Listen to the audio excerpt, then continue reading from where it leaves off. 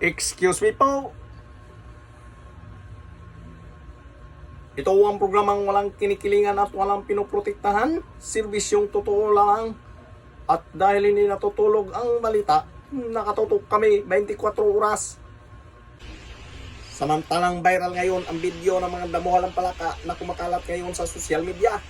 Ayon sa pag-aaral ng mga eksperto, ang bidyong ito ay naglalaman ng di kaya-aya kaya patnubay ng magulang ay kailangan. Kapapasok lang po na balita, isang bagyo ang namataan sa may bahagi ng karagatang Pasipiko malapit sa Pilipinas. Pinapayuhan po ang lahat ng iba yung pag-iingat dahil sa lakas ng bagyo ay pwedeng sirain ang nabubuo ninyong relasyon.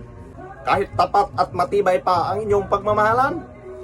At sa lakas ng hangin natin na bagyo ay posibleng tangayin ang iyong asawa at mapunta sa iba. Ay naku, naloko na. Kung nakaramdam kayo ng ganitong pang-aabuso, huwag mag-atubiling dumulog sa aming tanggapan o kaya ay mag-subscribe ng aking YouTube channel. Kung sino man ang mag-subscribe, magbigay ako ng 500,000 piso. Hindi totoo yan. Bola lang yan. Anong bula sa sinabi ko? Hindi mo naman ibibigay yun eh. Laki-laki nun eh. 500,000? Ano ka nasisira, ulo? Huwag kang makialam babalo. Baka suntokin kita dyan. Sige nga, subukan mo.